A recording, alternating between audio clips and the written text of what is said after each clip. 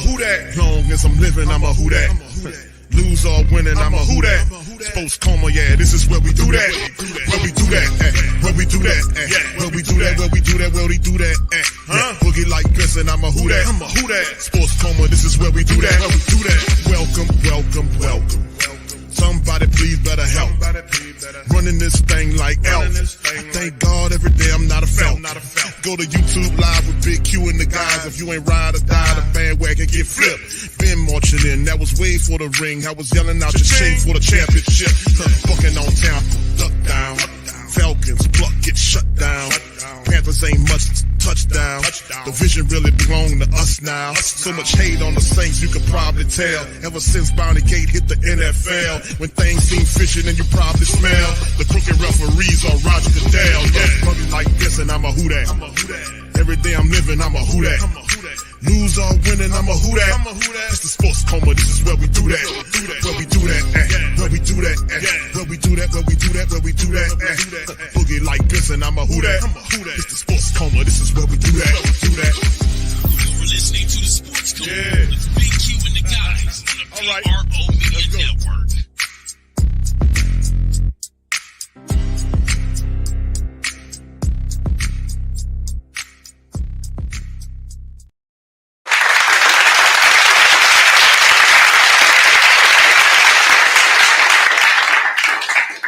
What's popping?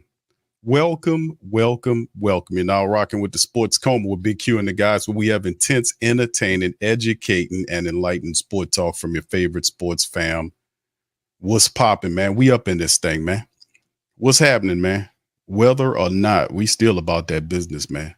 We definitely about the business of talking and handling that business, man. So shout out to the fam. Appreciate y'all being in the stream, man. Y'all please feel free to hit the like button. Please feel free to hit the subscribe button. By all means, feel free to share your show and social media feed, man. We up in this thing with the Cowboys preview and talk about Cowboys talk. If y'all got any questions, please feel free to place it in the chat. Yes, indeed. And this is true too. Frankly, Beverly from Maze, one of my favorite old school groups, he passed away today. So we had James Earl Jones passed away. What was that, yesterday? The voice of Darth Vader, the voice of CNN, King Jaffe Jafar, and the Jack Johnson story, and the evil Snake King from the first Conan movie when he had that wig on, it was just all kind of roles. He passed away the other day, and now Frankie day before. Okay, thank you, J Rock. Yeah, I knew it was close, man. He just passed away, and now Frankie Beverly of Maze, who was a phenomenal group, one of my favorite all-time groups, he passed away. I think I was hearing reports that he was kind of sick, and one of my favorite all-time Maze songs is "We Are One." He gave the world. They just were Frankie Beverly, man, just awesome, man. The voice of Mufasa. Yes, indeed. Yeah. But now Frankie Beverly, man, rest in power to Frankie Beverly, the voice of Maze, man. Could you imagine, man? A lot of the greats are moving on to a higher life, man. So rest in power to that brother, and my condolences to his family, because we love Maze and Frankie Beverly, man. They were awesome, bro. And especially down here, man. They just did the last Maze concert that was down here recently, and it was slam jam packed. Everybody was dressed in white. I had got the notification late. I wanted to go, and there was an announced concert the last time they will be performing at Essence. Was it Essence? It was I think it was Essence, and everybody was dressed in white going to see him perform for the last time, and then the man passed away here. So yes, indeed, man. All right, so let's kind of move into the preview talk. Now, for some of the family members, yeah, Southern Girl, that was a good one. Yeah, like that one too. Yeah, y'all put y'all favorite Maze songs in the chat, man. We Are One, Southern Girl, Golden Time of Day. Oh man, and there was just a lot of ones that wasn't radio hits that I liked, because I have the Maze anthology, but there were other albums that had songs that didn't make it to the radio that was really good too. Feel That You're Feeling, I want to thank you. Is that the name of the song? I want to thank you. I want to say that's one. I don't know if that's the name of one. Oh man, but there was so many of them. I can't call it. It's so many of them, man. Before I let go. Yes. Back in stride again. Back in stride again. Yeah. Yeah. The Lady of Magic, King Chosen One is not Lady of Magic. Y'all remember that one? Put one in the chat. Y'all remember? I'm just tripping, y'all. That Maze, man. That was the group, man. We was raised on Maze, man. My children I raised my children on Maze. They don't know what it is, but they know I play a lot of it. You know, when they listen to what you playing, they like it. So, you know, but yeah, the Lady of Magic. Yeah, they were terrific, man. Terrific. All right. But yeah, the Cowboys matchup, man. For the family members, our Patreon champions and our YouTube membership family, man, we had the TSC live song. I'm thinking of Maze. The show rather that we did. Yeah, I did it yesterday, but I had some tech issues, so I uploaded it for today. But it was an hour and I want to say almost an hour and a half show. It was maybe not that long, maybe an hour and 15 minutes. But it was basically a recap to a degree. We went over the latest stuff. We talked about the snap counts. We talked about the motion, how the Saints are listed as one of the top teams in terms of motion and pre-snap motion, stuff like that. We talked about that. We did a video recap, broke down the tape, and also we did a kind of a preview of the Saints Cowboys, but we used the Browns. We looked at the Browns tape and kind of did a scout on the Browns tape with the Cowboys. And what I noticed about it was that they defeated the Browns just similar to what the Saints defeated the Carolina Panthers. Now, it was a three segment performance by Dallas, like it was for the Saints. Saints were excellent special teams wise. Dallas was too. Dallas had a kick return when there was a punt return for a touchdown with Turpin. And they also had their kicker had 4 for 4 kicking the ball too. He was hitting them from different spots on the field. The Browns actually did a pretty good job defensively of stopping the Cowboys from scoring. They only scored 2 offensive touchdowns. The rest of it was field goals. The Browns defense was forcing the Dallas Cowboys offense to kick field goals. That's what they were doing. They put the special teams out there. They allowed 2 touchdowns. It was a rushing touchdown by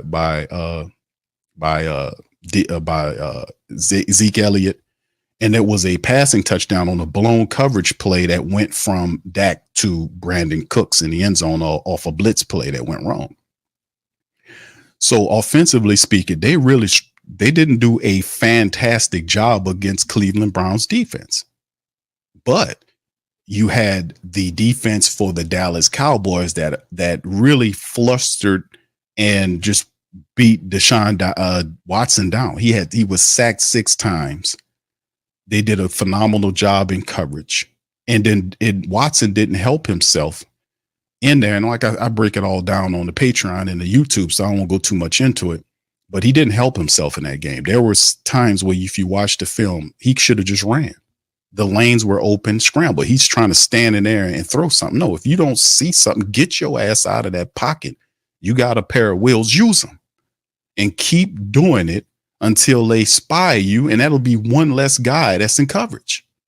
But that's not what happened. And really, their offense didn't do nothing for the first half.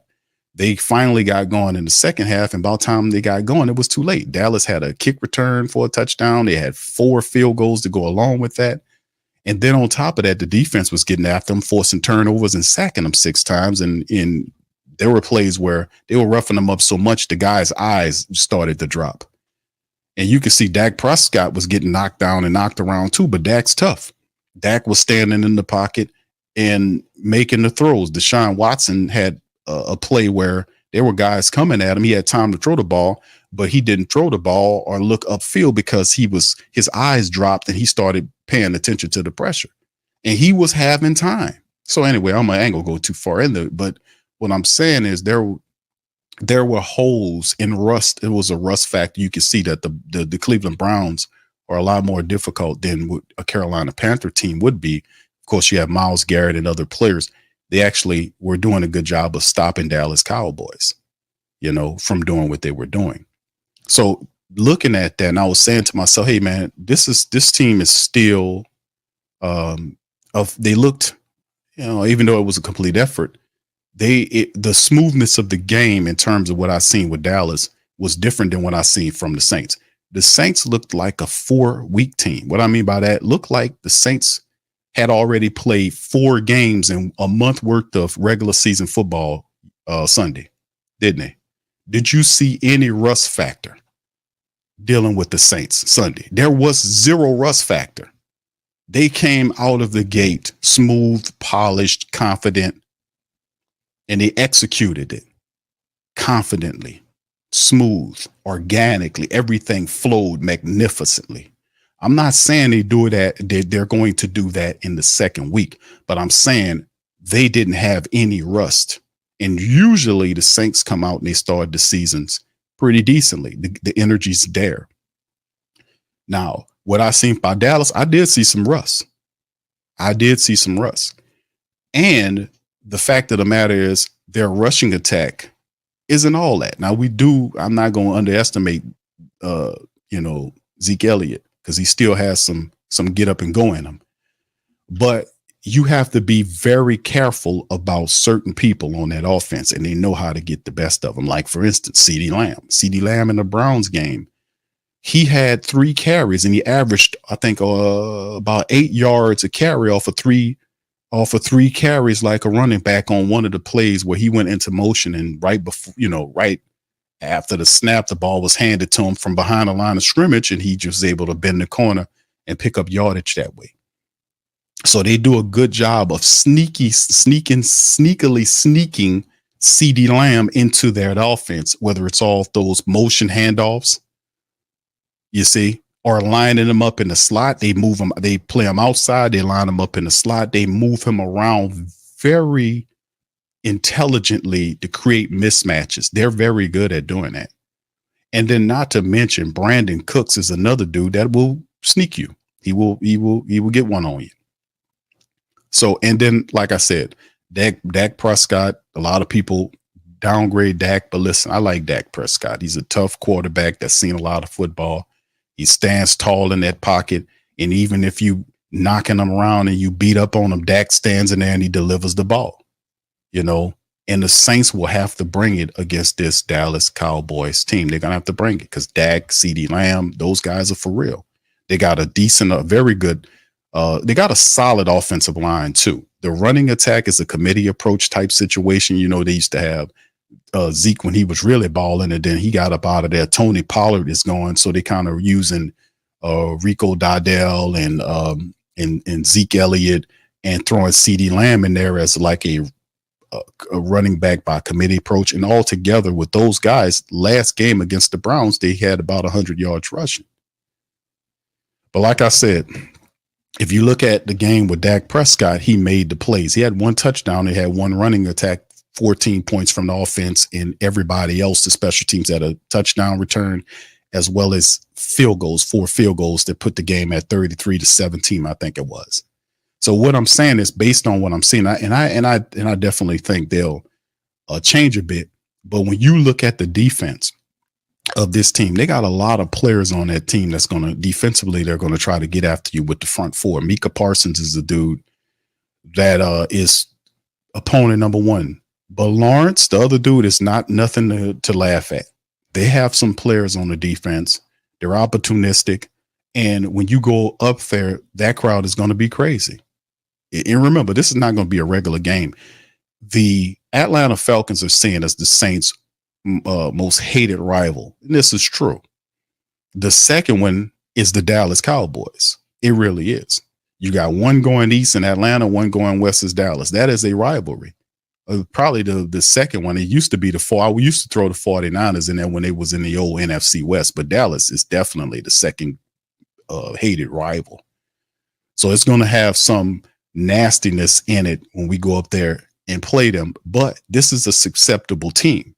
And remember, they're not in 4-week regular season form.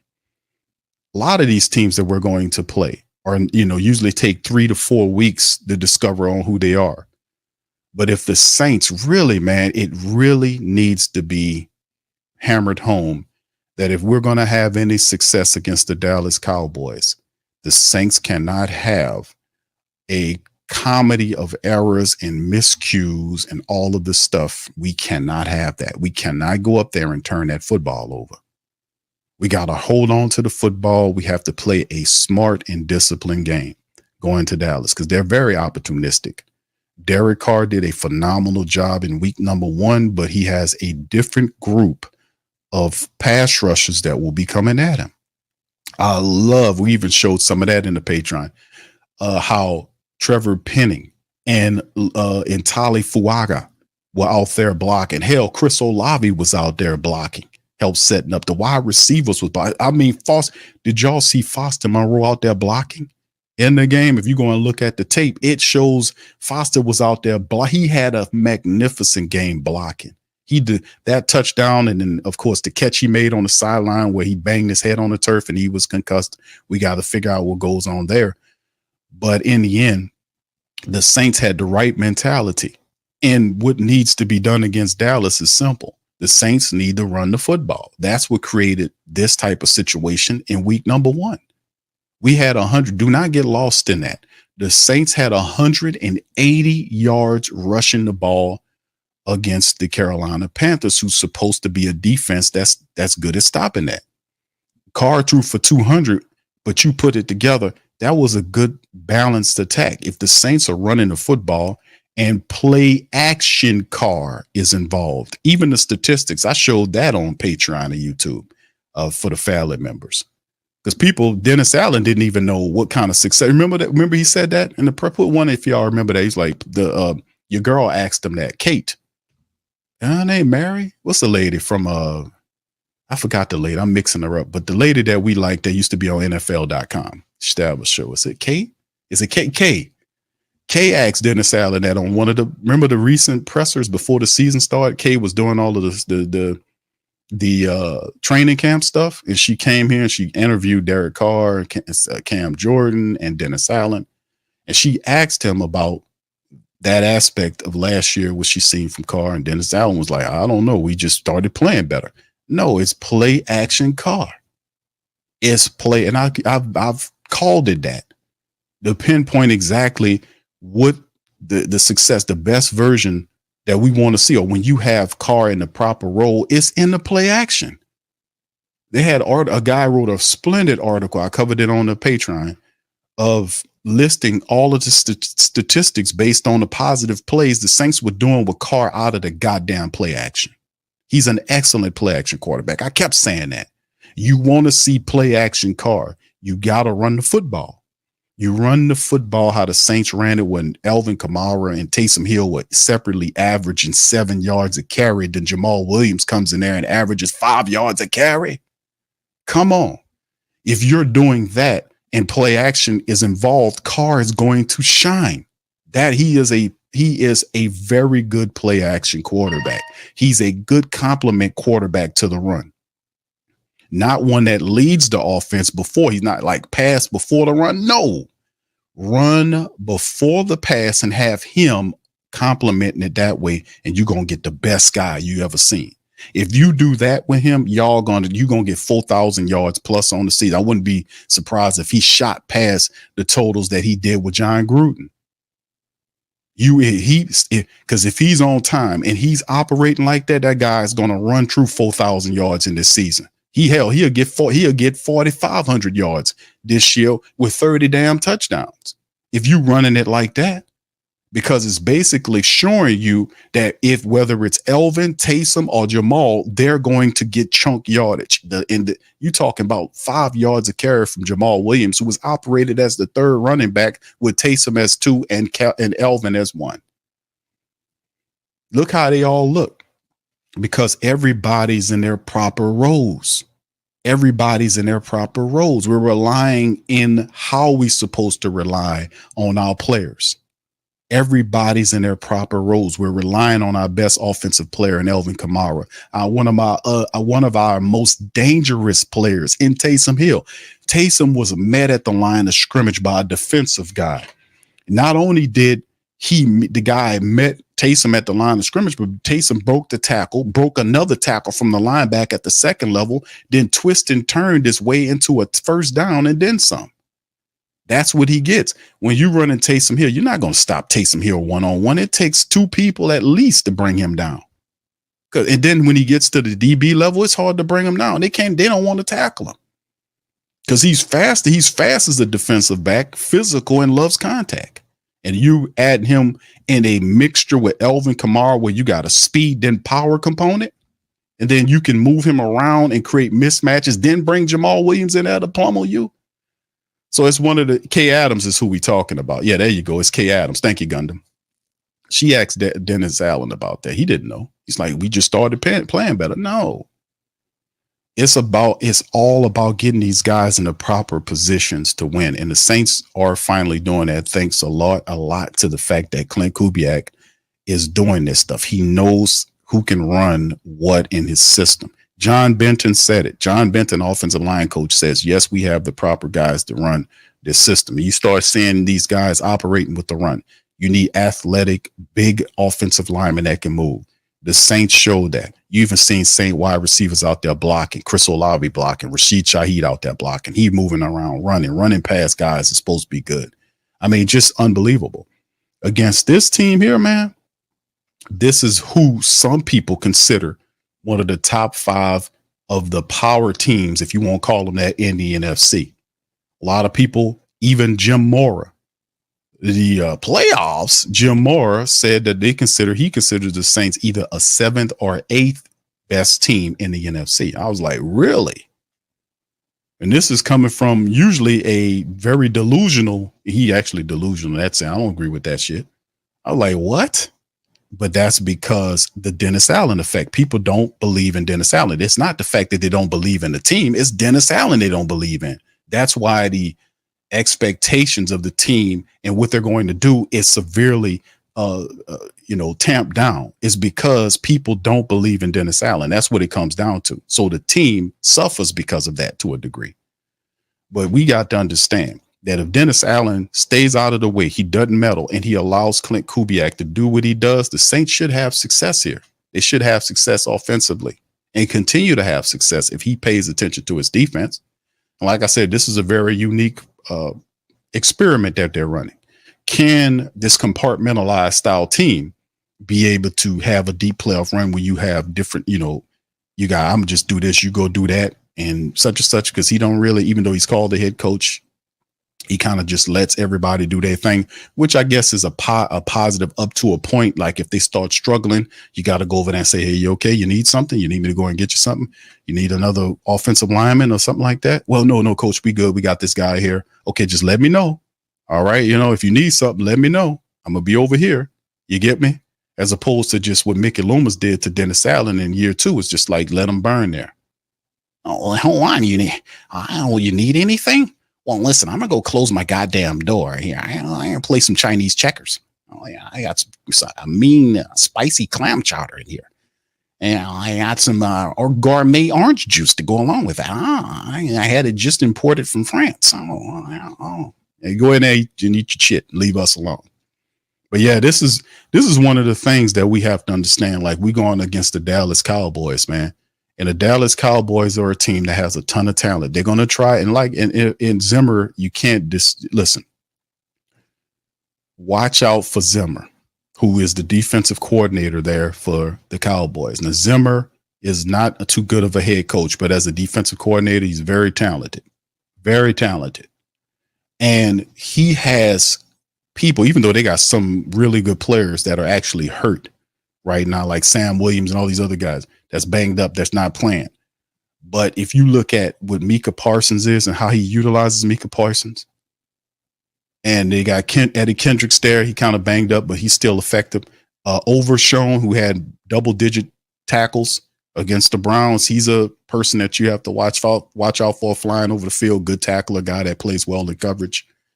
So they have people that you have to be concerned about, as well. Plus Ferguson, the tight end, is also a problem. He's a good blocking guy, a guy that can catch the ball too. He's banged up, had an injury.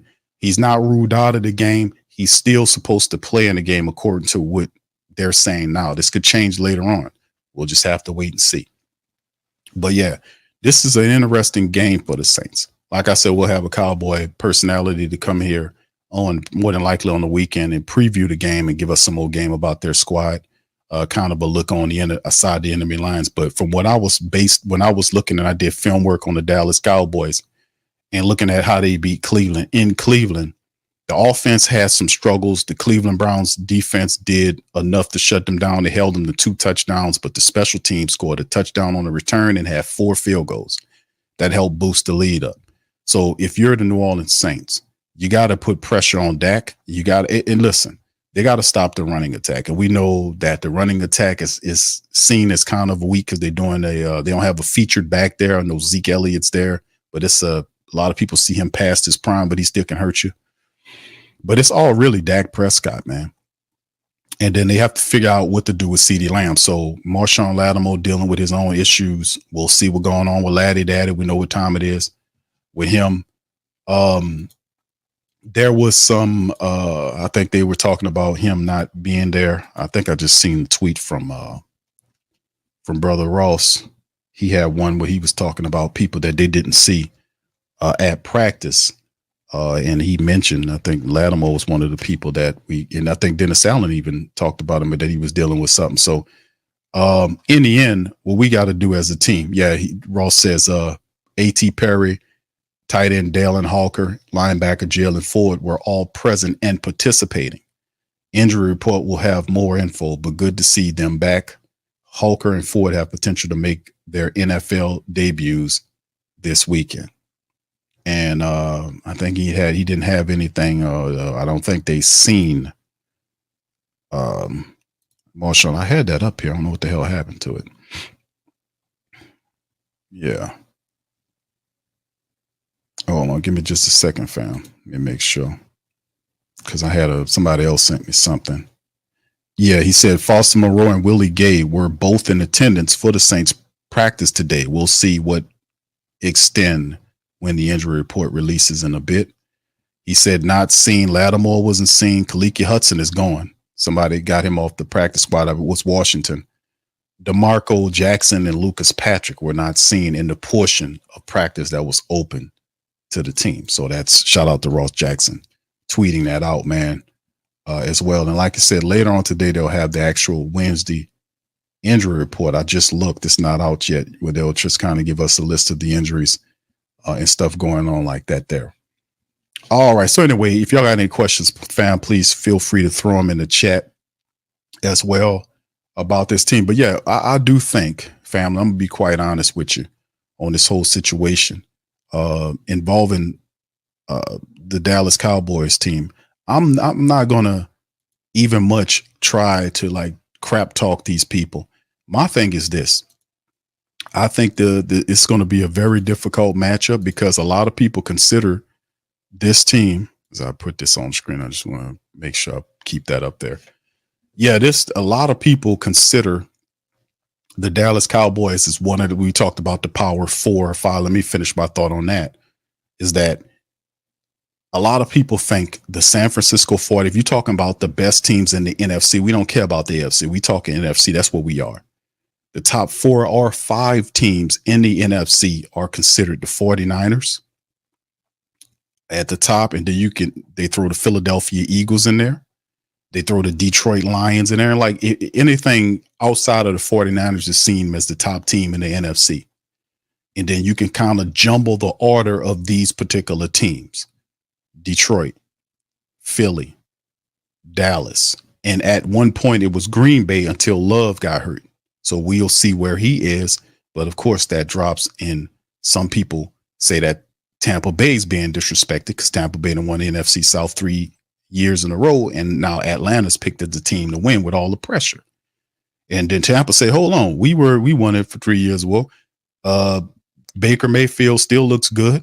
Hey, man, why are you not talking about us? That's fine. Keep doing that. No pressure. Let's keep winning. So people throw them out of the conversation, but those teams are considered outside of Tampa. Those other teams I mentioned are considered the top teams in the NFC. Well, guess what? A couple of those teams you play them. You play the Dallas Cowboys Sunday. You play the Philadelphia Eagles coming up here in a little bit. So you get a couple of those teams this year to see where you are in terms of whether you compete with them. Now, my thought process is, and people say, I don't know about that, Q, because it's the Dennis Allen effect suppresses a lot of the thinking of the team moving forward of if they can compete. A lot of people believe. They don't think, they literally believe that Dennis Allen is the reason why the Saints will not get far. And they have a right to believe it because they show me stuff right now. They on their show, you got to show me. And they right to be there. But I'm just telling you that I didn't make it. I'm just telling you that is there. And that's the reason why a lot of people are skittish, to say the least, about the Saints. But the talent of the Saints is there. It's there. Elvin Kamara, Taysom Hill, Rashid Shaheed, Chris Olave, Chase Young, Carl Granderson, all these guys, on and on and on and on, defense, whatever. The talent is there. Elite level players are there, compete with any team in the NFL if their minds are right and they're prepared. They look good in week 1. That was just week 1 against an inferior opponent. No disrespect to Carolina. But Dallas is a team that's considered one of the top teams in the NFC, and we'll see where we are against this team come up on Sunday. So this is going to be fun, man. I'm looking forward to this. All right, Rich, thank you, man. Appreciate the super chat. Says, still holding my judgment queue, still not sold on Carr. And that's fine, bro. A lot of people, it's like that. One game is not enough, man. Some people, one game is enough to make them say, oh, yeah, I'm back. No. It's a long season. It's a long season. You have to lay this out.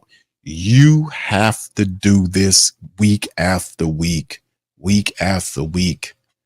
And you have to do it enough where you get into the playoffs and get a win. Try to get a deep playoff run. Get there. The Super Bowl is in your backyard.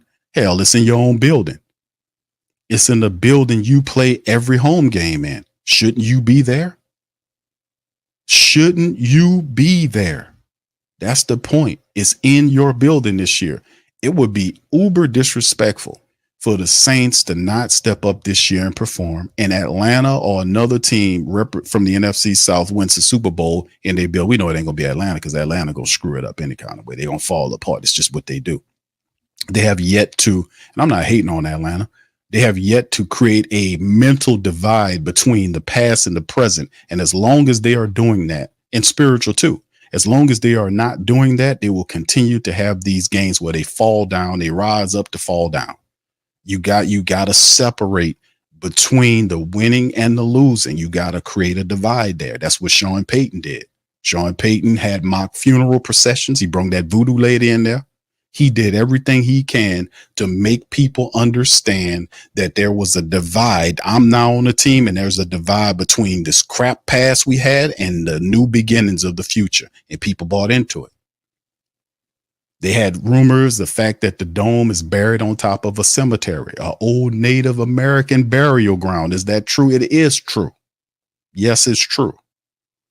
And that those ghosts hunt the team from winning. This is the history of the dome, of the losing of the dome. People know this, diehards know this. What I'm saying is nothing new. Maybe people who not Saints people or young people who just stepped into Who Dat Nation quite recently might not know the history of their team, but I'm giving you game on that. So Sean Payton was really good at that. He understood that in order to have success in the future, not just for you, because if you have a bunch of people on your team and people that supporting your team, they know, they're quite aware of the history.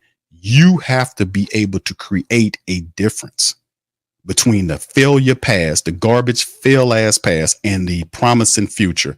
You have to create a divide to them. Until you do that, that old nasty funky past gonna reach its decrepit hand up and pull you down every time you try to rise up.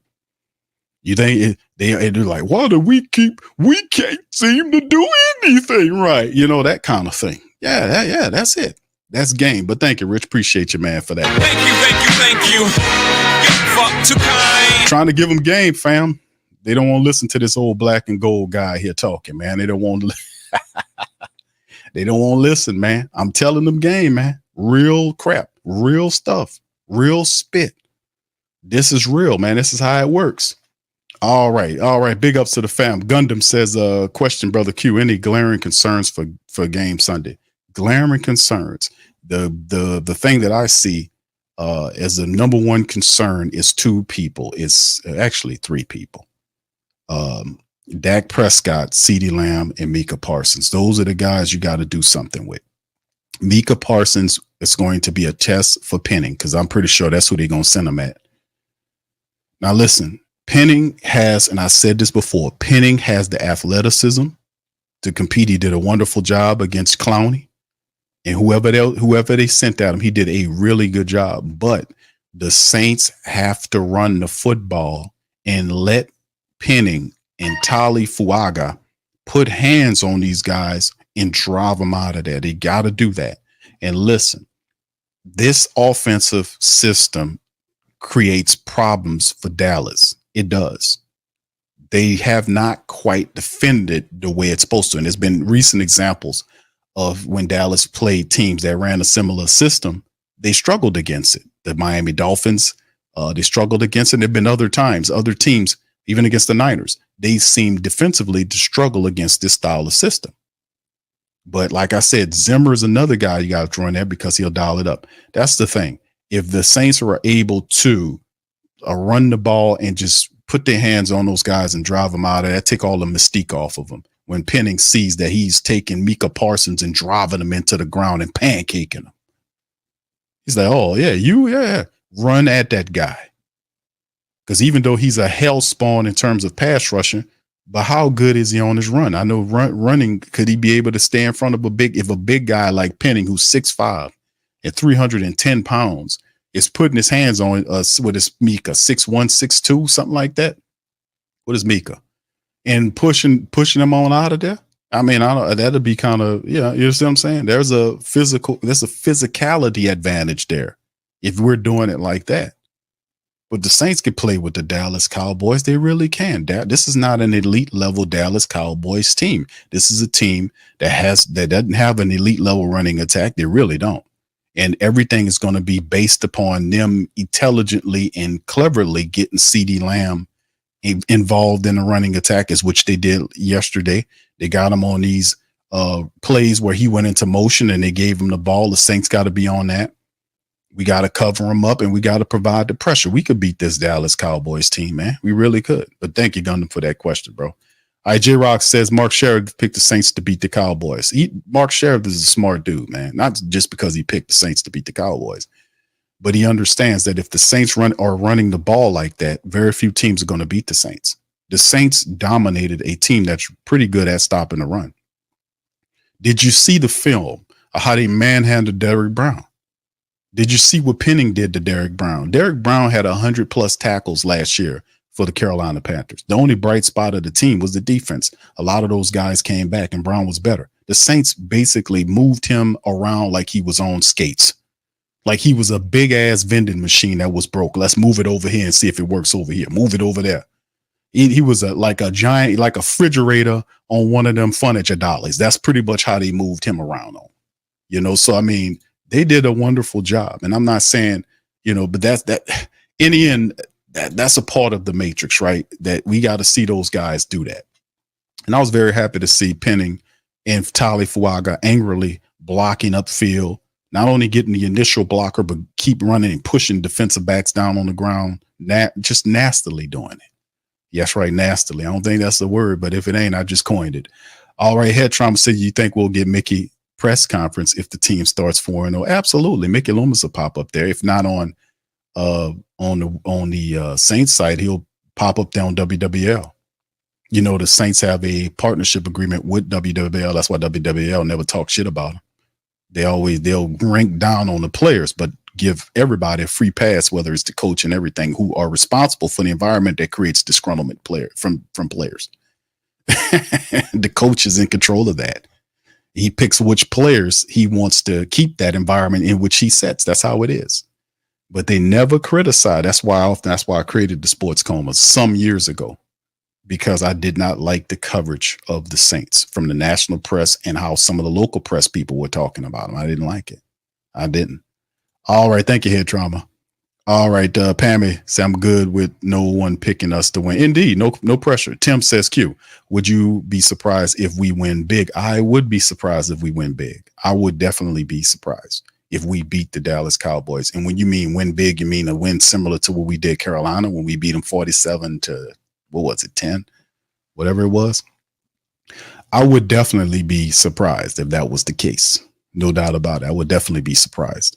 But I anticipate this as being a 7-point win for the Saints. That's what I see it as. I see the Saints going in there and running the ball effectively and the defense doing enough to get at Dak. Because the thing is, like I said, the rushing attack is not all that. All of it's predicated on, is operated through Dak Prescott and the offense ingenious way of getting CeeDee Lamb involved from different angles, whether he's out wide as a wide receiver or moved to the slot, or goes into motion to receive a handoff on the end around to the opposite direction. So, I mean, it's based on getting CeeDee Lamb the ball and getting him involved in offense. And then every now and again, take shots to their wide receivers, maybe find the tight end there. So, I mean, it's basically, it's the pressure's on Dak. But like I said, the Cleveland Browns defense held them to just 2 offensive touchdowns last week. Just two. The rest of the way they made them kick field goals. Now they hit the field goals, but they held them to 2. Just 2 touchdowns last week. Just throwing that out there. All right. So anyway, Adrian says, yeah, that's true in the dome. Yeah. It is ancestral burial ground. It is. People might not know that, but that's the truth. I'm one of many great think tank historians that know about the team. All right. It's 504 Coast Q. Who will match up with CD? That's the question, bro. Who match? Marshawn Lattimore is dealing with a injury right now. Like I said, we don't know. We got to see what the report is on what happens with Lattimore. And there it is. It just came out. Hold on. I'm going to share it with you. I was talking about it and they just put it out like 5 minutes ago. Good grief. I was just talking about this. Hold on. Let me put it on the screen. There you go. All right. Injury report. All right, they just released it. 13 New Orleans Saints players were listed on Wednesday's injury report for the team's Week 2 game against the Dallas Cowboys during the 2024 NFL season. Saints. DeMarco Jackson did not play. Marshawn Lattimore, hip and hamstring, did not play. Tyrann Mathieu with a heel issue, did not play. Lucas Patrick with a toe, did not play. Kalen Saunders with that calf, did not play. Jalen Ford with the hamstring was limited. Tali Fuaga had a back issue, limited. Dalen Hawker did do his thing. He was limited with that ankle. Foster Moreau with concussion was limited. Good news for A.T. Perry, who was dealing with a hand issue. A.T. fully practiced. So did Nick Selderberry with his calf issue that he'd been struggling with. Rashid Shaheed had a finger ailment. He fully practiced, and Jamal Williams had a shoulder problem, but he fully practiced. So that's some good news there. Seeing Tali, it's going to be all right. Dalen Hawker is another dude we want to see, who brings another dimension to the Saints tight end room. And like I said, I had to give credit to Adam Prentice. When we talk about the fullback, the Saints, and like we said, you look at Taysom Hill and say Taysom Hill should be the fullback. He operates in that use check role. Well, the Saints, maybe in the first week against Carolina, probably later on, we'll start seeing some of that stuff roll out. But Prentice did a wonderful job. He was blocking. He knew what he was doing. Last year was different, but that's what happened when you got coaches that are accountable, that teach to you what to do. And if you follow it up, come back and say, no, this is not what we need you to do. We need you to do this, that, and make your role clear. That's what it comes down to. You need to be here when that guy needs to be there. You got me? Yes, sir. All right, go and do it. Because a lot of the run principles, if you're a guy that's good at run blocking, then you will shine in a run blocking system that pinpoints to that idea. And there are a lot of guys on the Saints team that are known to be really good run blockers. Like Penning is known to be a good run blocker. He is. That's what he was milked out of college, as a really good force and run blocker. He's nasty, push you down, pancake you. Tali Fuaga was mentioned as kind of a balanced approach because he's fast, But both those guys have that. Lucas Patrick is a guy that's known as a run blocking guard before he is known as a pass protector. You get what I'm saying? To the Dallas side, Brandon Cooks was limited. He had a not injury related rest period. Ferguson, the big tight end who starts from had a knee issue, he was DNP'd. So we'll see what happens with him because he's a big part of the offense too. Cornerback CJ Goodwin had a foot issue. He was limited. Eddie Kendricks, the linebacker, he had an interception last week against the Browns. He was limited, had a rest day. Marshawn Nealon, the defensive end, did not play, calf issue. DeMarcus Lawrence, the other really good pass rusher there, he was limited. They were giving these guys rest. The big guard, Zach Martin, was also given a rest day. And backup tight end John Stevens has a hamstring issue. He was DNP'd. So some of their tight ends is kind of banged up.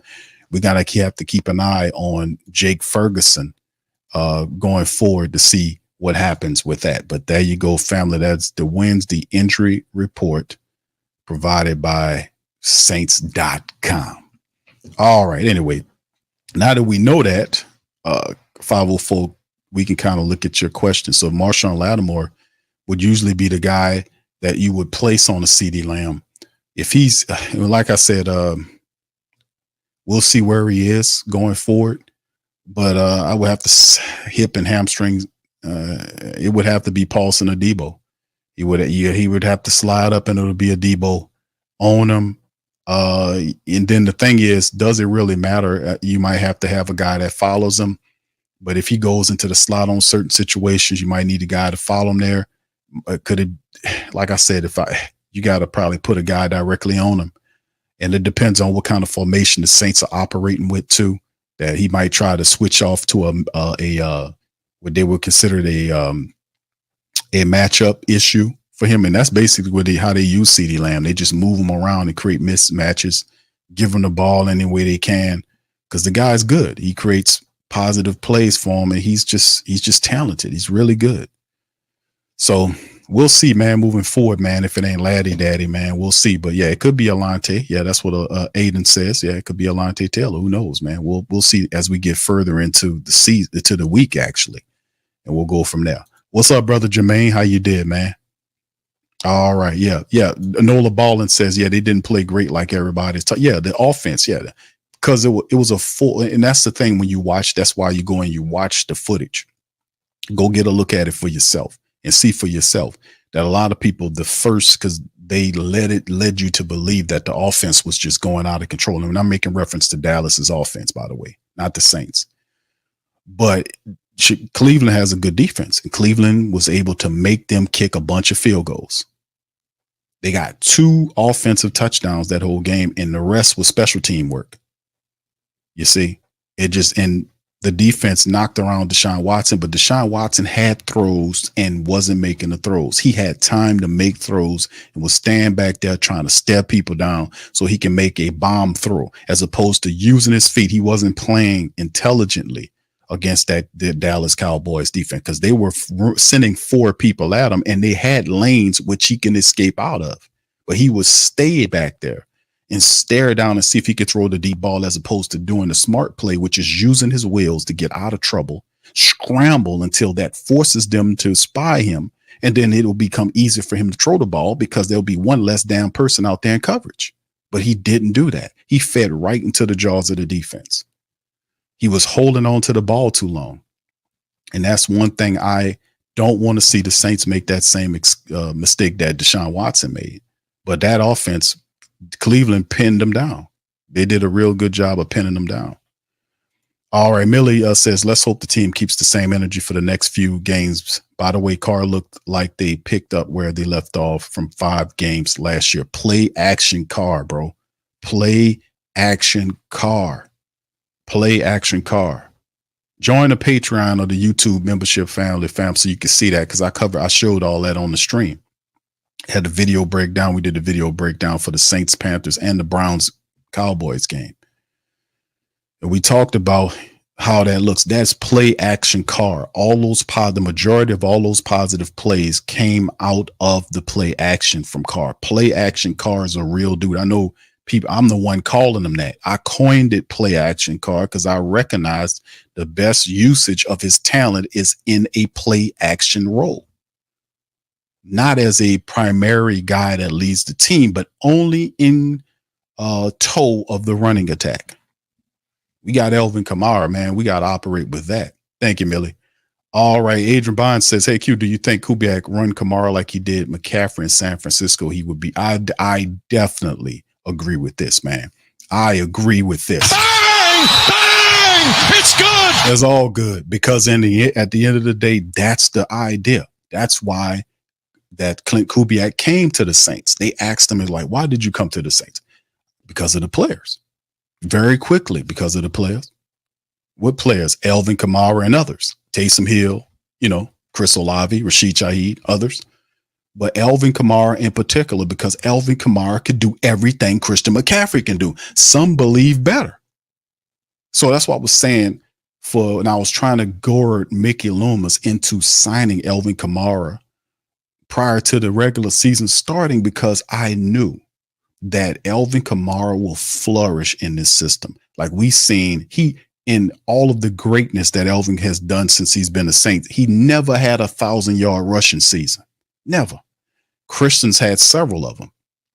Last year, he led the league in rushing with over 1,400 yards and 14 rushing touchdowns. He had 8 catching. He had 60-plus catches and 8 receiving touchdowns on top of that. You don't think Elvin Kamara could do that? Elvin Kamara could do everything Christian McCaffrey can do, and I dare say he can probably do it better. I dare say that. I was saying that shit about Taysom Hill and Juszczyk. You put Taysom in the Juszczyk role, I dare say he does it better than Juszczyk does. The Saints have the skilled players to run this offense and have the same success if we run in the ball like we ran against Carolina. And that's not, and what they were doing, family, is nothing special. That's how it looks when you run it and operate. You're just running the ball on the angle and those players are getting behind you. Elvin Kamara comes out of there and you don't get to him till he's at the second level. You see Kamara like he was running like a man possessed. He pissed off with a chip on his shoulder for the contract. So he's going to be motivated to tear the league up. He's going to be motivated to tear the league up. That's why I was like, man, listen, get him signed because he is going to have the best season of his career in Clint Kubiak's offense. Watch. Clint Kubiak will unleash him and use him in the way that he's supposed to be used, just like the Niners used Christian McCaffrey. Watch. And now we got to pay. Mickey, well, hold on now. I'm a little nervous now after you said that, Q. Oh my God. I should have not paid Pete Werner. I should have saved that money for Elvin, huh? Oh my God. I'm a little scared now. Yeah, you need to be. All right. Thank you, bro. Appreciate that, man. All right. Jermaine says, Q, I hope we smashed the Cowgirl 60-10.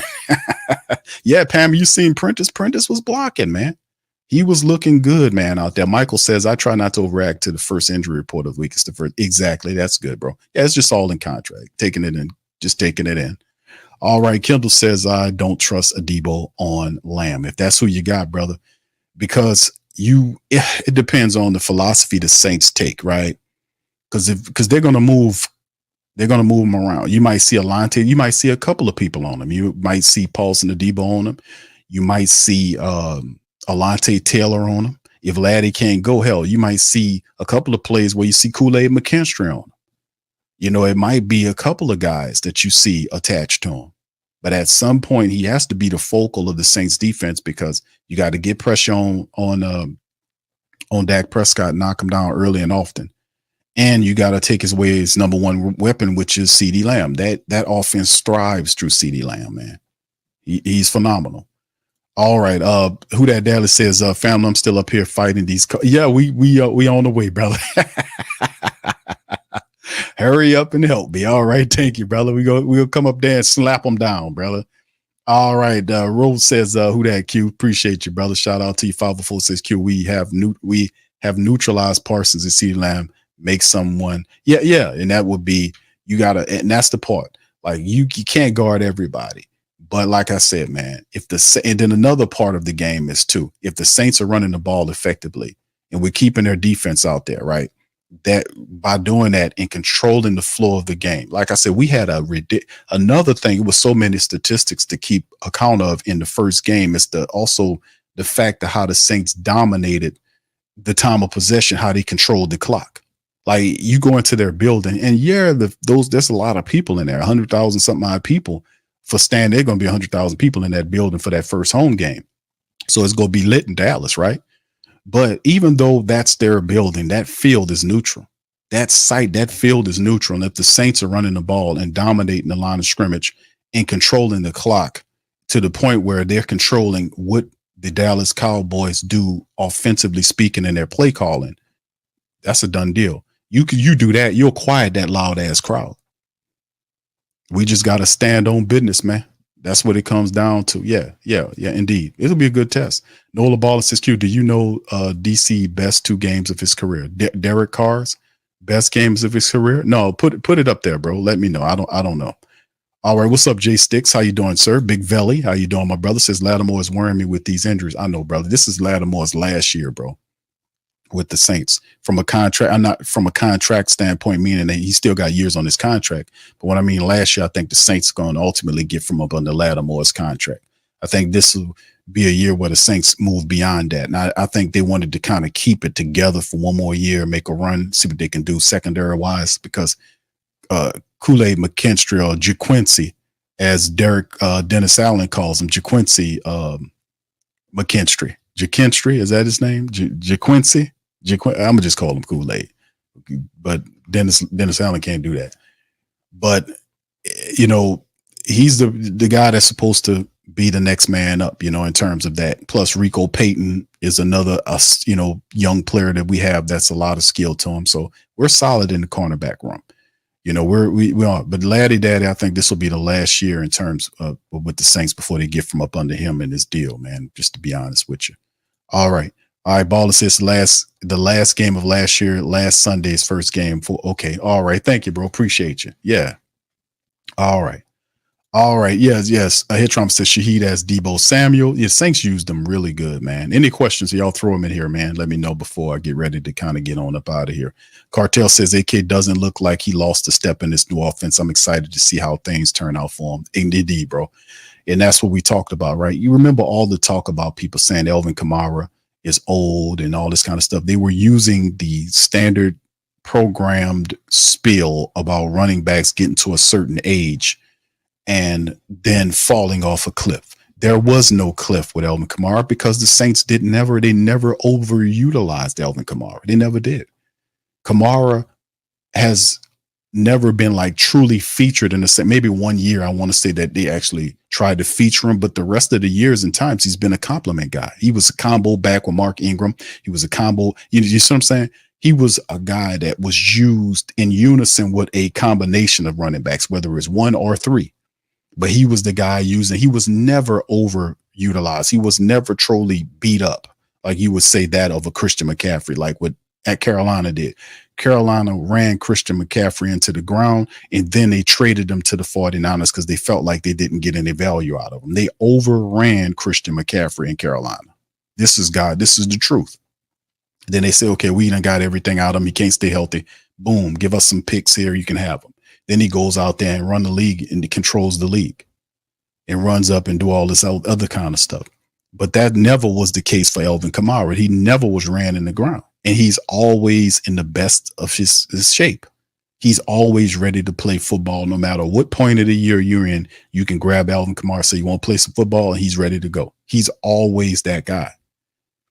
And then on top of that, it's certain players that are always exceptions to the rule. There's a rule and there's an exception. We know this. He's the exception to that rule. You can't say that Alvin Kamara is this, that, and the third.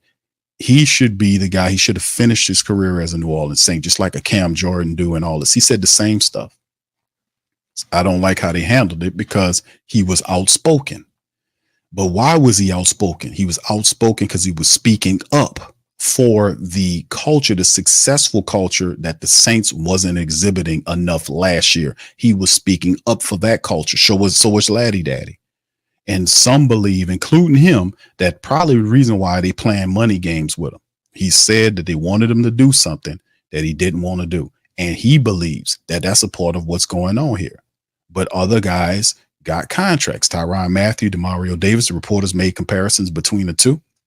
And he was like, nah, this is different. That ain't is different. We hadn't heard anything about no Tyrann Mathieu or bucking about the losing that was going on. He's always been an ardent supporter of Dennis Allen. I never heard anybody refer to Dennis Allen as fun. He the only one talking that foolishness. Demario Davis never said nothing about the losing crap that was going on. They didn't inspire them to run any player only meetings to discuss what we doing wrong. They did not. Nobody did that. None of them. You didn't step up for the cult. Marshawn and Alvin Kamara was two of the people that was in that building saying, man, this is all wrong. And then they make the moves and stuff based upon what these guys was talking about. Now look how Alvin Kamara is performing now. He was talking against the losing and the non-accountability, coaches not disciplined, players that's false starting in practice. They're not saying nothing. He said that, and Loomis didn't like the fact that he put that out there. And I say, tell Loomis to shut the hell up, because he was supposed to put that out there, because you're supposed to stand on a culture of winning and not protecting some bullshit culture. Shut your old ass up with that. So, in the end, they're going to pay Alvin Kamara, and they're going to pay him heartily, or they're going to pay for Alvin Kamara another way. Either you pay for him or you pay when you face him. And more than likely, we saw some of these people in the NFC South are so wretched, he'll be the first place they go to. It'd be Atlanta or Tampa Bay or one of these old other teams. They try to offer him a bag or 2 bags to go there. It'll be some wretched team from the NFC South trying to get Kamara to come over there, and then you got to match up with him twice a year. You either pay him or he'll make you pay. So, I mean, it's what it is, man. We got to get this right. All right. What's up, True Hurt? Shout out to you, man. Big Valley says we need to be looking for another Taysom Hill in next year's draft. Wow. Is there another Taysom Hill around here? Dude. I know that kid that played for Nickel State, man. What's that guy name? Guggenheim. Y'all look that dude up. That Guggenheim dude that we played from Nickel State, that dude was awesome. That guy might be the type of guy you might want to look at. Guggenheim from Nickel State. That dude was awesome, man. All right. Cartel says the fact that we were able to have very limited penalties called in this game shows how much coaching means in the game of football. We had 10 penalties, bro, in this game. It didn't feel like 10 penalties because the Saints was doing everything right, but we had 10 penalties. Rashad says in more exciting for the Cowboys game than the last one, we really get to see what this team has against real competition. Indeed, I'm looking forward to it too. Shazam said they're just resting ladder. We still got 2 more days of practice. Indeed. Yeah, this is true. It's just one, we'll see. It's not final until we hit that Friday that Friday afternoon. We get that Friday report and it says where he is. And then that gives you an indication of where we'll be going into the game. It always does.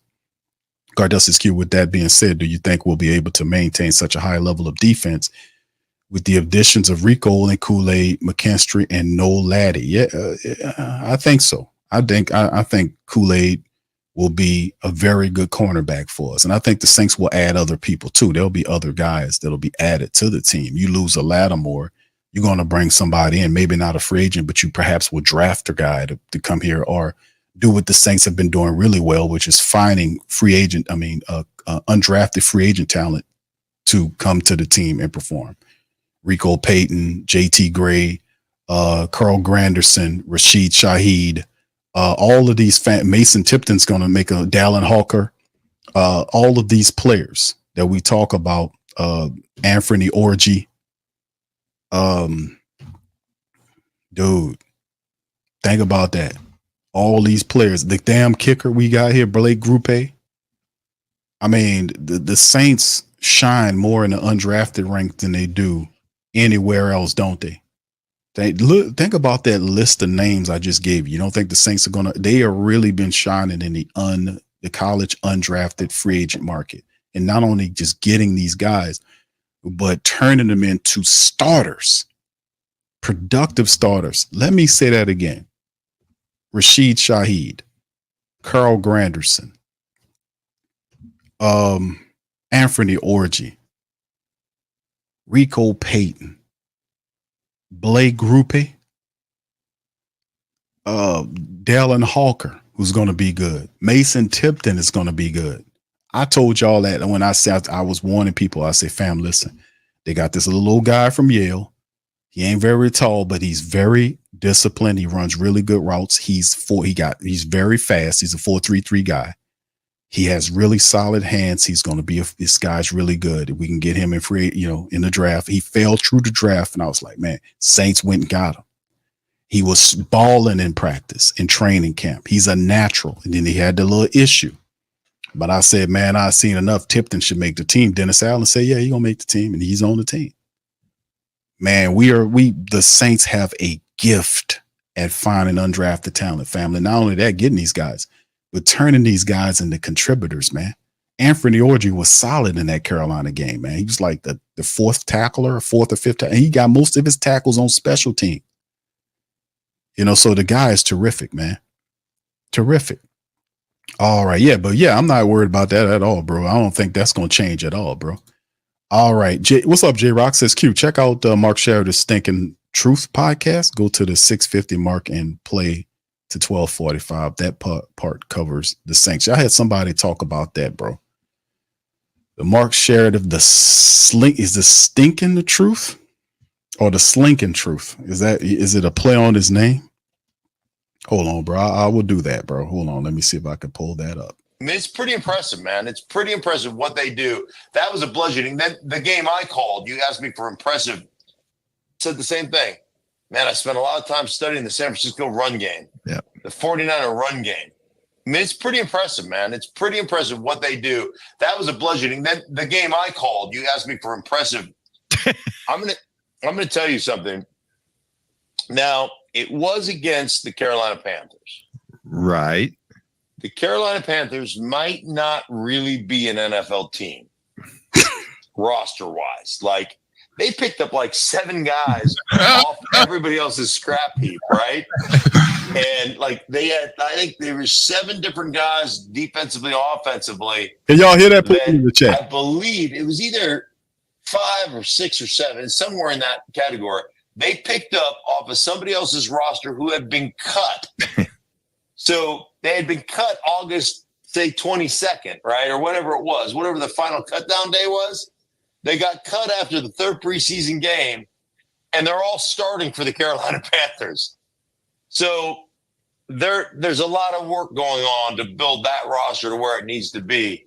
But the NFC South, which is going to be my division, it'll be really interesting to see the New Orleans Saints take on the Cowboys this weekend. And I do believe Tom Brady will be calling. It's a Cowboys game, so of course Tom Brady's going to be calling it. I mean, I don't know. Maybe you've heard he's doing games for Fox. Have you heard that? Yeah. And then I also heard that he didn't really open to the greatest of reviews either.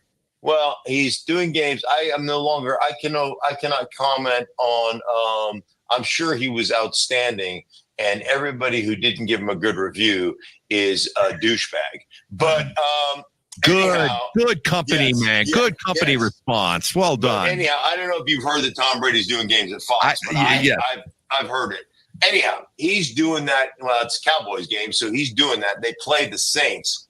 I'm going to tell you right now, I am not going to be shocked at all when the Saints beat the Cowboys. I think it's in Dallas. Yeah. I won't be shocked at all.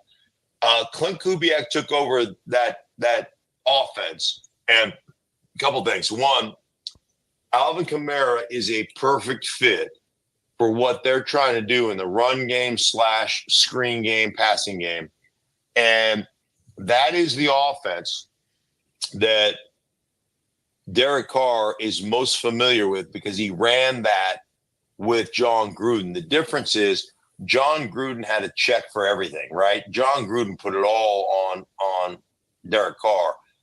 Derek Carr has got a lot. This offense has got a lot with the guys that we know, like Clint Kubiak. We were really familiar with his father, Gary Kubiak. But Rick Dennison is there as well. And Rick, I was talking to Rick before the game. Rick is their kind of quote unquote run game top offensive assistant / run game aficionado. And he said, Stink, we got so many tank plays in, like just call it and run it. So we take that pressure off the quarterback to make sure that, hey, if we're in this and they do this, we got to get to this. No. This play is good against everything. Call it, run it. Let's get off the ball. Let's smash some guys in the teeth. And it's one thing that drives me crazy, especially with the younger generation of coaches in today's game. I hear it all the time, Mike, every week. Oh, we want to get into a premium play here. This is going to be a premium play. So what that means is, hey, if we get a certain look, we'll keep it on. But if we get a look that we don't like, we're going to check to this or check to that. And the problem with that is you're always playing on your freaking heels. Like, I just like to line up and try to actually, like, shorten somebody's neck, right? Just come off the ball and see if you can smash somebody.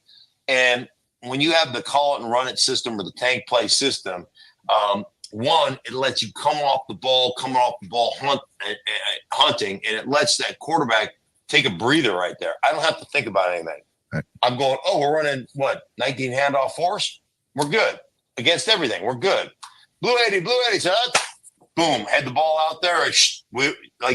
So Derek is in that system. He really knows that system. He was great last weekend. They've got a lot of weapons on the offensive side of the ball. Taysom Hill is a problem. Let me tell you about Taysom Hill really quick.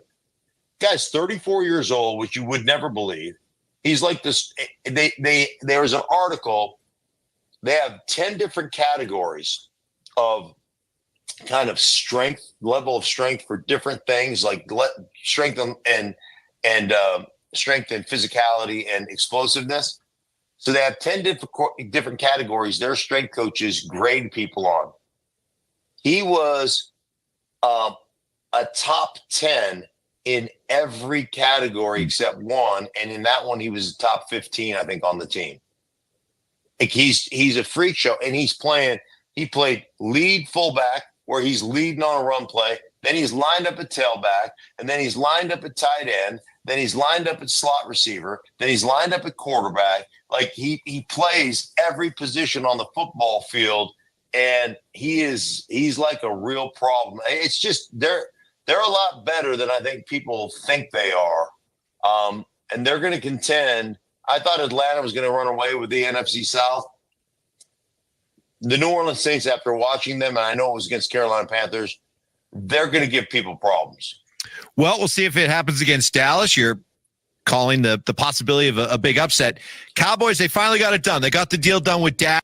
All right. Mark Sheriff. Shout out to him on that, man. And listen, hey, I'm saying, fam, that they're not invincible. They're not invincible at all. They're not. They are not invincible. Like I said, I watched the game.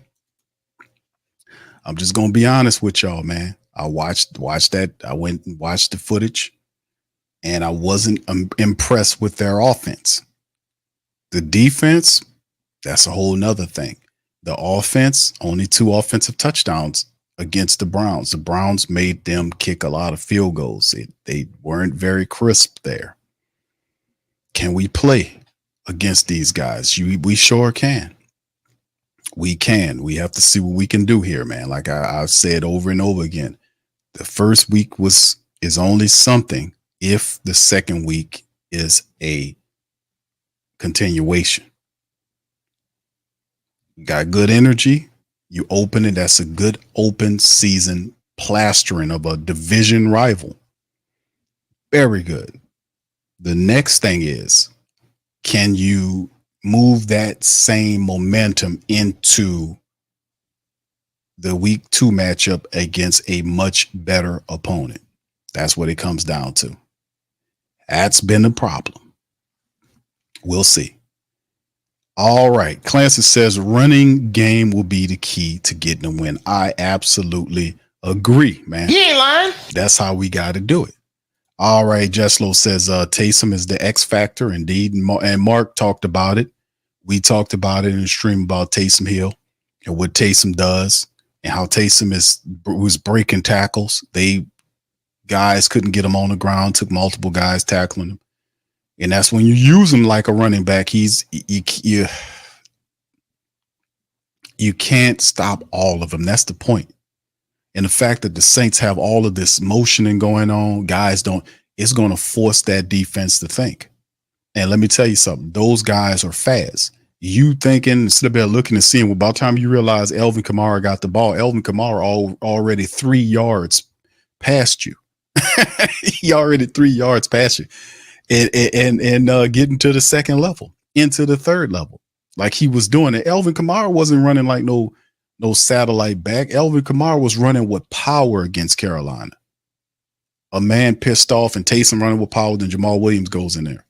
So like I said, the Saints have everything it takes to play with anybody, to compete with anybody in this here NFL.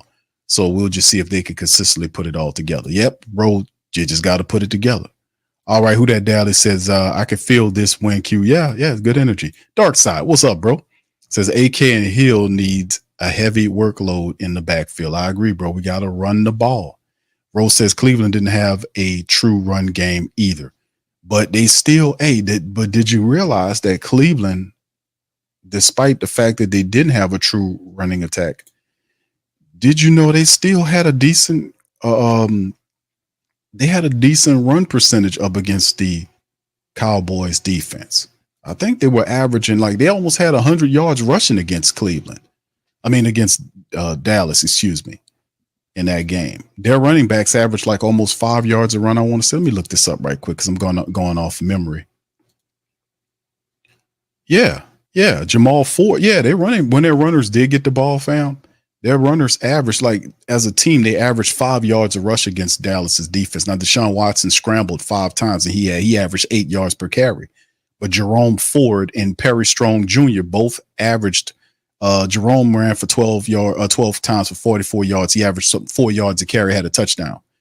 Pierre Strong Jr. had 2 carries for 10 yards. That's 5 yards a carry.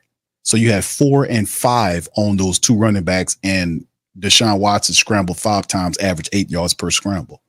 So overall, 19 carries, 93 yards, 5 yards per run average, and the score there. So even though those are not phenomenal numbers, they obviously had to abandon the running attack because they were trailing so greatly in the game that they had to go and do something else. So, we see that. But yeah, indeed, this team is not a juggernaut, man. They still got stuff that they can be beaten at. All right, Bird Talk. What's up, fam? Said, what's popping, my brother? How you doing?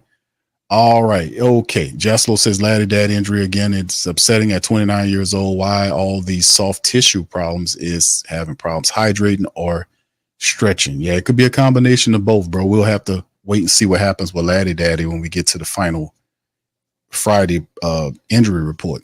Freedom at Cross says, I came here for the theme song. Oh, yeah, we got a good one, brother. Appreciate you, man.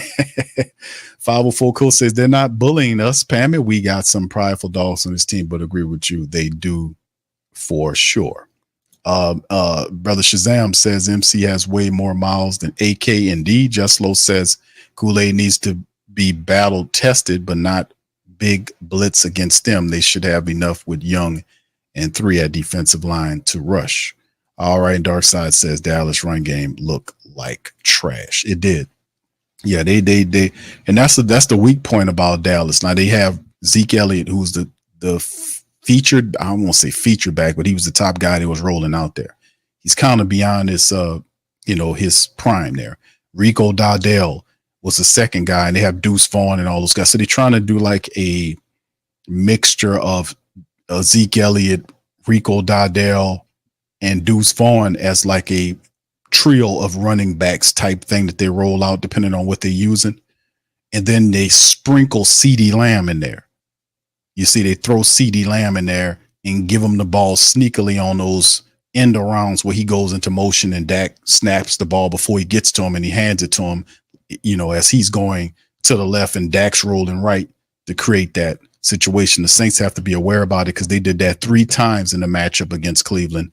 And he averaged over 8 yards an attempt each time he did that. So the Saints have to be aware of Kool-Aid, the CeeDee Lamb factor. They got to watch out for that guy because he's a force on offense.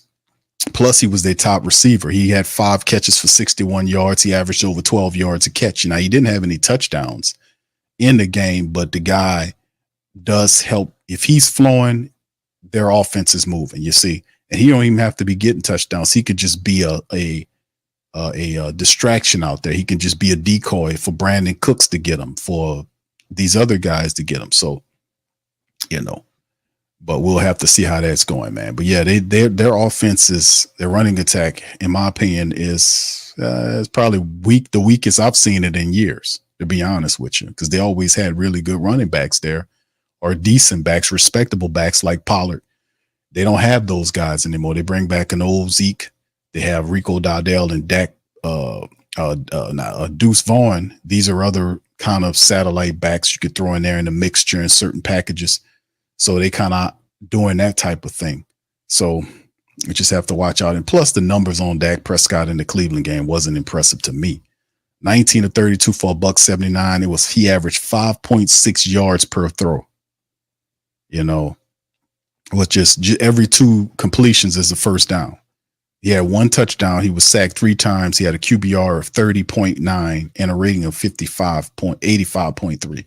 Wasn't great Dak Prescott numbers. It was enough to get the dub. And he had a lot of help from other people, including the special teams, 4 field goals and a punt return, actually, for a touchdown. Defense had 6 sacks in that matchup in turnovers. So it was a full effort by Dallas, just like for the Saints. So very interesting.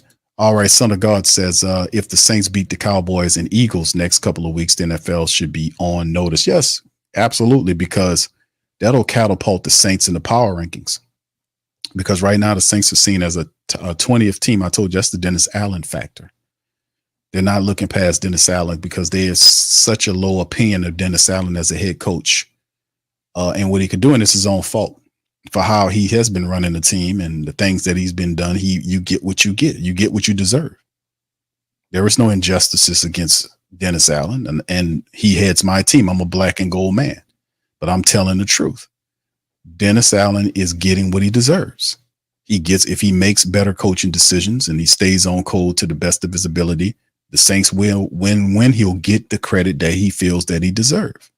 But if you're feeling disrespected, it's because you're doing something that's getting a negative. You're doing something, or you're creating something in your life that is drawing that energy. Like your decision making is creating this. Now, in certain rare circumstances, there are situations where you're being tested. Don't get me wrong on that. A lot of what we see out here is a result of what your actions bring you. And also, in certain rare circumstances, you are being tested. Like if you're positive, you're operating on code, you're doing stuff you're supposed to do, you're still going to be tested.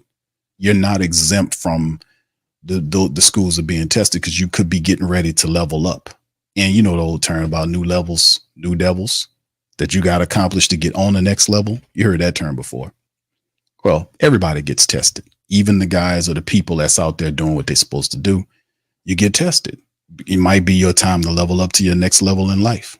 Might be that next ring of it where you're about to go on up and get more money. You're about to go on up to a better relationship. You're about to go on, whatever the case may be that you're aspiring to do. In order to get there, it won't be easy. Sometimes it requires some bit of sacrifice, so that's how it goes. But Dennis Allen's getting what he deserves. If he coaches, if he had what he's done over the last couple of years have brought him back to this. So for him, if he wants to change it, he has to then change everything. And he has done a great bit of change. Will it be enough to get the Saints over the hump? I think it will be. And I've said that before. I said the Saints are a 10 or 11 game winning team if they operate and run the ball and place Derek Carr in play action Carr mode. The Saints will win 10, 11 games and win the NFC South. I said that for a while now, and I'm saying it. I'm sticking to it. They can call me crazy. You can call me whatever you want. You can call me crazy. You can call me like, what was that? You can call whatever the old say. Yeah. Oh, Ray J. Y'all remember? That's old school, man. You can call me Ray. You can call, that's old school stuff, man. All right. Dog says, I get y'all beat the Panthers, but what is up with the media coverage? Tampa Bay Ardell's wins were not as good, and the power rankings move y'all up one spot, but still has ATL above the Saints. Dennis Allen factor. It's the Dennis Allen effect. Not factor, it's effect. The Dennis Allen effect is the reason why the Saints are not getting the love, nationally speaking. Dennis Allen. This is true talk. It's the Dennis Allen effect. It has all of the aspirations of many of the Who Dat Nation suppressed because they think at some point he's going to follow it up. So that's what it comes down to. But the top, like I said, the power 4 or 5 of the NFC, 49ers, Eagles, you got the Cowboys up there, the Detroit Lions, and like I said, anywhere between 2 to 4, you can jumble them because Detroit might be better. But those are seen as the top 4 or 5 teams in the NFC. If the Saints don't play Detroit in a regular season this year, they'll meet them in the playoffs, same with San Fran. So the Saints will meet Dallas Sunday, and they will play Philly coming up soon too. If you beat 2 of the 4 top teams in the NFC, they got to put you up there. And then that's a whole nother test of how you handle being listed as that. Do you rear back in your saddle and say, yeah, we finally got it? Or do you say, hell with that, let's go and get them and take it to that next level? And of course, like I said, the Saints are training. They got a hurricane on the way. They stayed home to train with the hurricane coming. That extra degree of difficulty, I guess, if you want to label that, should give you somewhat of an advantage in terms of adversity, right? How you deal with adversity, that should bring it up a ring. You got that knocking on you. So if you can train when that's coming, a football game should be nothing to you, right? Smart says, Moin, greeting from Germany. Can't really follow the talk right now, but it's still nice to hear a different perspective than you learned over. Okay, thank you, man. Appreciate you. All right, who that red? We'll talk later, Red T. Hey, man, you talking to somebody that done studied a few things, man. So let me tell you something, man. I come from that family, man. All right. So anyway, much love to y'all, man. I'm gonna holler at y'all on the next one, man. Y'all keep y'all heads up. Be safe. Much love to that. Yeah. Boogie like Benson, I'm a who that. I'm a who that. Long as I'm living, I'm a who that. Lose or winning, I'm a who that. Sports Coma, yeah, this is where we do that. Where we do that, where we do that, where we do that, where we do that, where we do that, Boogie like Benson, I'm a who that. I'm a who that. Sports Coma, this is where we do that. Where we do that. Welcome, welcome, welcome. Somebody please better help. Running this thing like Elf. I thank God every day I'm not a felt. Go to YouTube Live with Big Q and the guys. If you ain't ride or die, the bandwagon get flipped. Been marching in, that was way for the ring. I was yelling out your shade for the championship. Fucking on town, duck down. Falcons, pluck, get shut down. Panthers ain't much touchdown. The vision really belong to us now. So much hate on the Saints, you could probably tell. Ever since Bounty Gate hit the NFL, when things seem fishy, then you probably smell the crooked referees or Roger Goodell. Yeah, probably like this, and I'm a who that. Every day I'm living, I'm a who that.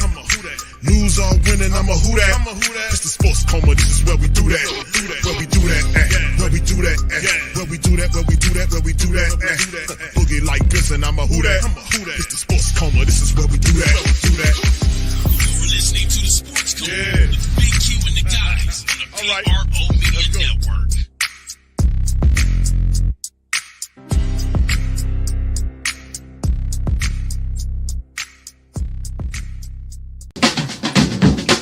Say they gon' beat them Saints. Who that? Who that? Who that say they gon' beat them Saints? Who that? Who that? Who that say they gon' beat them Saints? Who that? Who?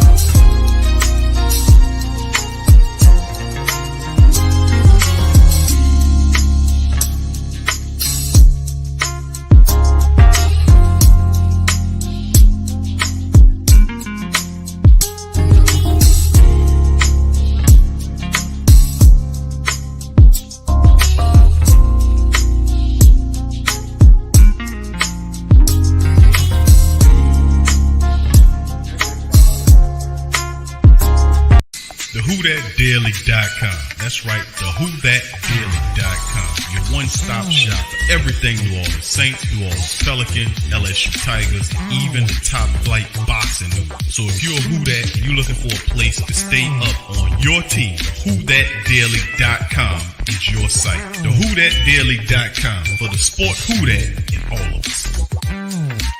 That's right, the Pro Shop is the platform store where you can go and buy all the latest merch to support the platform. Available at the Pro Shops, we have dozens of hundreds of products available for you and your family. Unisex tees for men and women, hoodies and sweatshirts, tank tops, kids and baby items, long sleeve tees, mugs, pillows, wall art, bath bedding, face masks, phone cases, stickers, bags, fanny packs, socks, hats, and many other items. Please feel free to check out the Pro Shops. The link is in the description section below. Remember, it helps the platform continue to grow. Check out the Pro